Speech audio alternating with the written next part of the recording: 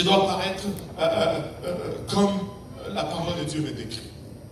Et laissez-moi vous dire ceci. Un de nos prédicateurs a dit ceci. Tu dis, comment faire la différence entre ce qui est mondain et ce qui ne l'est pas.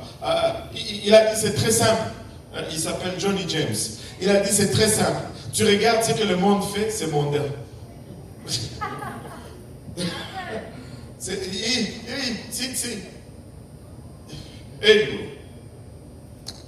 Et il y a plusieurs exemples qui sont cités dans l'Ancien Testament qui nous révèlent toujours une tendance constante. Et les femmes qui portaient des bijoux et qui maquillaient leur visage avec des produits cosmétiques essayaient toujours de séduire. Il y a une relation directe entre le port de maquillage et les bijoux avec la séduction.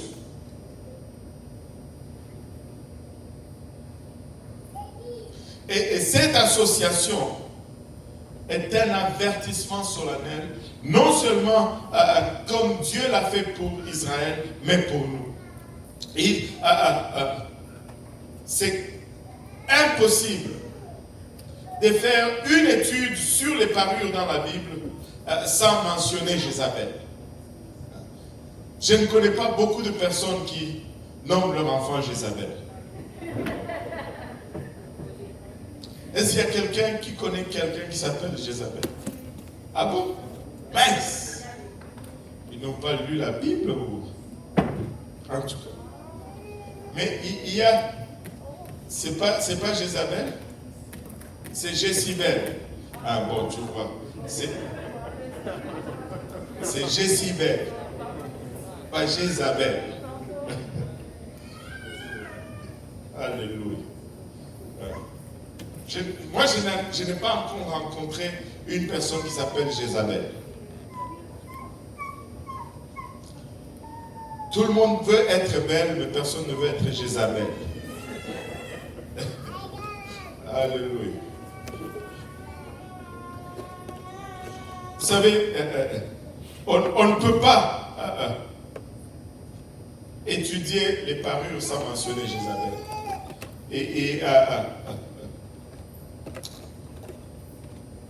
Tout comme Joseph est un type de Christ, Jézabel est un type de l'Antéchrist. Jézabel a complètement, elle a littéralement incarné l'esprit de la séduction dans l'histoire d'Israël.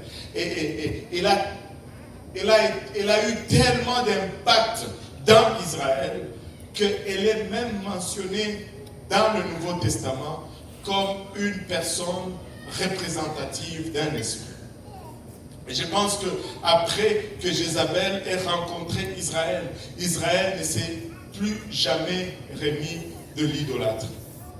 Elle a été l'incarnation de l'idolâtrie. Au point où le Nouveau Testament en parle dans le livre d'Apocalypse, le 2e chapitre. La Bible, je vais d'abord élaborer un peu. Jézabel est rentrée, plutôt elle était en Israël, alors que Jéhu rentrait à cheval dans la ville. Quand elle a su que Jéhu rentrait, c'était la fin de son règne. Et elle est allée, d'abord, elle est allée se maquiller rapidement. Elle a mis des fards, la Bible nous dit. Elle a mis ses bijoux, la Bible nous dit. Et elle est allée s'asseoir au bord de la fenêtre pour séduire Jéhu qui venait à cheval pour la détrôner. Elle est allée s'asseoir là. Elle a probablement, et flap, elle battait des yeux. Je suis sûr qu'elle avait même mis des faux longs cils.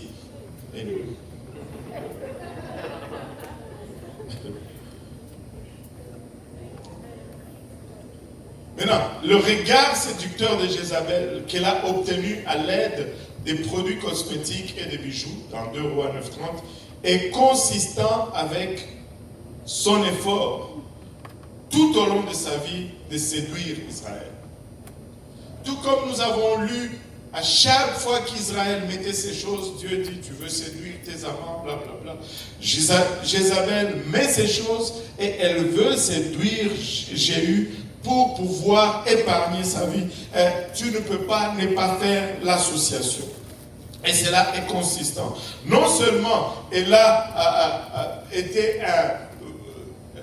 elle a asséné un coup fatal à Israël en ce qui concerne l'idolâtrie, mais son esprit est passé même dans le Nouveau Testament, où cet esprit infiltre dans l'Église de l'Apocalypse, où la parole de Dieu nous met en garde contre l'esprit de Jézabel.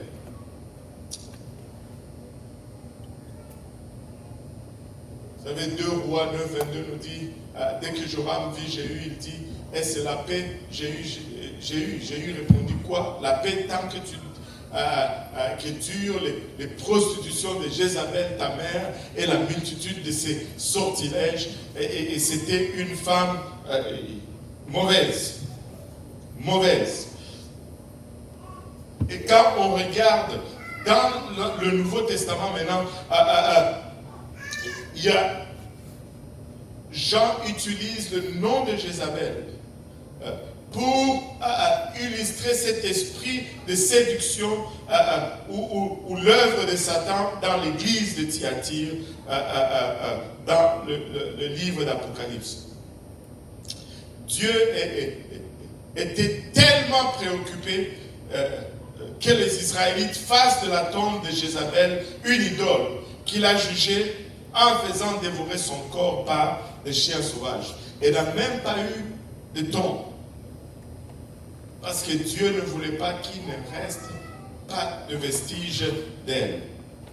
Et certains vont dire, oui, Jézabel a mis des phares. Et regardez, Jéhu entra dans Gisèle. Jézabel ayant appris, mit du phare à ses yeux, sépara la tête et regarda par la fenêtre. Et quand la Bible dit Jézabel regarda par la fenêtre, ce n'est pas que le fait de regarder par la fenêtre est exceptionnel, mais c'est la raison et le comment de ce regard qui est mis en corrélation avec les bijoux et les maquillages. Ce n'était pas juste un simple regard pour voir ce qui se passe à l'extérieur, c'était un regard séducteur pour séduire Jéhu. Amen.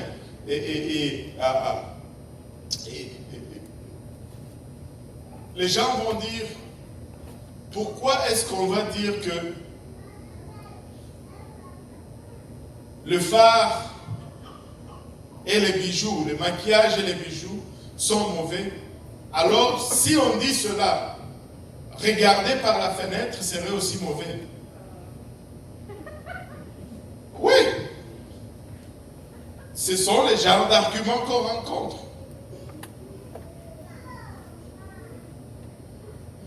Regarder par la fenêtre. C'est correct, ça dépend de comment tu regardes par la fenêtre. Si tu dois mettre des phares et des bijoux pour regarder par la fenêtre, c'est mauvais.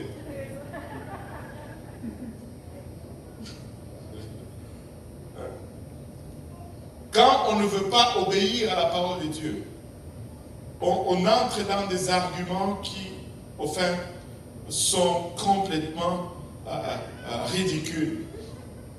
Vous savez, 2 Rois 9,37 nous dit, le cadavre de Jézabel sera comme du fumier sur la face des champs, dans les champs de Jezreel, de sorte qu'on ne pourra dire c'est Jézabel. Dieu ne voulait pas qu'il y ait un monument pour elle. Et quand Jéhu est rentré dans le palais, on l'a poussé par la fenêtre, elle est tombée, et les chiens sont venus, ils ont dévoré son cadavre. C'est comme ça que Jézabel a fini ses jours. Et le livre d'Apocalypse nous dit dans le 2e chapitre, verset 20, mais ce que j'ai contre toi, c'est que tu laisses la femme Jézabel, qui se dit prophétesse, enseigner et séduire mes serviteurs pour qu'ils se livrent à l'impudicité et qu'ils mangent des viandes sacrifiées aux idoles. Laissez-moi vous dire ceci, Jézabel est devenue une personne représentative de cet esprit de séduction qui est très souvent obtenu, et pas très souvent, qui est toujours obtenu par les maquillages et les bijoux. Et nous, il n'y a aucune association positive que tu peux faire avec ces choses. Et contrairement à l'esprit de Jézabel, il y a un autre esprit qui est plutôt contraire, qui est plutôt caractéristique de ce que nous devons être comme enfants de Dieu.